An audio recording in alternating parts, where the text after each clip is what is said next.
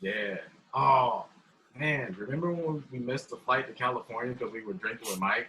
And I thought I lost my wallet, but really my wallet was in my backpack. So we go to this convention every year. I mentioned it a few times before. NAMM. It's in Anaheim. So oftentimes the first year we would fucking caravan. So at like 5:30 in the morning, and I have an uncle who lived at Beaver Lake, just right like 2 minutes from fucking Epley Airfield, which is the airport in Omaha. And so I figured, might as well just fucking stay the night before. Don't have to get up at the ass crack of dawn for a 9 o'clock flight. And so we did that the first few years, and then the last year we went together. We went and hung out with our friend Mike, who was bartending in West Omaha, and that's about 35 miles from the airport.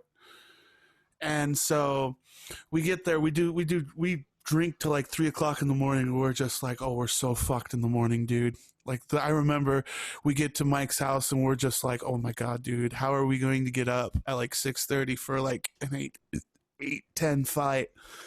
And I'm just like, okay. So we sleep, we get up, we clean ourselves up, make our way to the airport. We go in, park our car in the long-term parking, and we're getting our gear bags all ready to go and hop on the bus. And literally he goes like this. I don't have my wallet. We need to go back. Not checking any of the bags at all. So what do? We jettison out of the fucking long-term parking, give the ticket back. Lady doesn't charge me. Get back, go to 30 miles back to Westo in the house. We're searching the house. Rip the house apart. In like 10 minutes. And so we get back out to the car. Maybe it's out in the car somewhere. Sure as shit enough, top portion of his fucking backpack that was right in his and then the drunk memory kicked in. The drunk memory kicked in, like, I'm gonna put this wallet in the top pocket, so that way I can't lose it if I go out drinking. The only thing I'm gonna lose is a little bit of cash I had on me, and that was it. So that's like when drunk Anthony sets a bottle of water on the nightstand right next to you before you go to bed. It's like, hungover, Anthony. I'm pretty sure it was an 8:20 or 8:25 flight. And this was like 7:45, 7:50. We make this massive discovery. So we jettison back to Epley Airfield, park the car, hop on the bus with our bags, and we barely make it to the thing. And we're all like, "Do we make it?" This was like 8:10, 8:15, and she's all like, "No." But here's the kicker, though. The plane had just taxied, like backed up they pushed back from the gate. Yep. And everybody's texting us, "Oh man, you guys are late. You missed the flight." And we're like, well, technically we didn't miss it. We're staring at you guys right now. Like if they would just come back and get us, we'd be cool. They ended up sitting on the runway. They sat on that runway for 20 minutes because they had a broken toilet. And she's like, we cannot bring the plane back, even though it's sitting right there trying to fix the toilet. You guys can't get on it. Damn. So I've seen some movies where you drive. You guys. No, we ended up making another flight. The lady showed us compassion, got us flights out. Granted, we left Omaha at noon, but we got out there at like 10, 11 o'clock. Drunk in an airport bar. Was that the year I got food poisoning? Right? What? Was that the year that I got food poisoning on the last day? Yeah, you ate the shrimp and had Jack Daniels, and you got fucked up. Yeah. Your memory's so good, Tyler. I shit you not. Like we went to, what was it?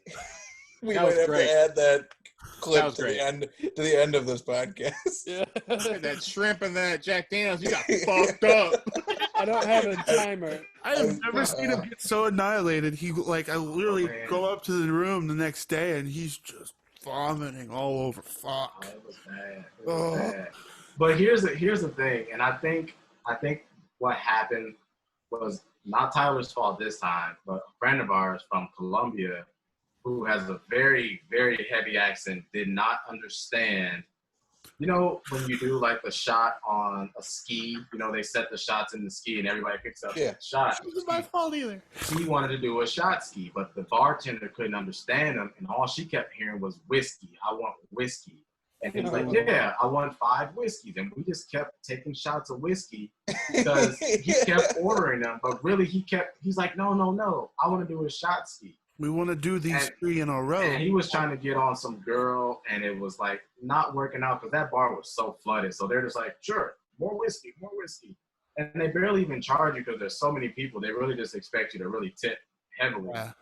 And I probably drank 6 or 7 Jack and Cokes on top of whatever whiskey shot she was pouring us, and on top of Bubba Gump and Jack. That's what it was. Those two don't get along. Jack and Bubba Gump do not get along at all. Nope. Haven't had it since. I just remember you trying to recover with blue Gatorade and just wasn't happening. It just would be all over. I was like, and then I went to that convention on the last day, and I was like, "Here's my business card. Oh, please call me." Let's fucking go. Is he? Oh God, I'm so sorry, Brian. Don't invite me to your career day. Yeah, you ate the shrimp and had Jack Daniels, and you got fucked up. Yeah. Your memory so good, Tyler.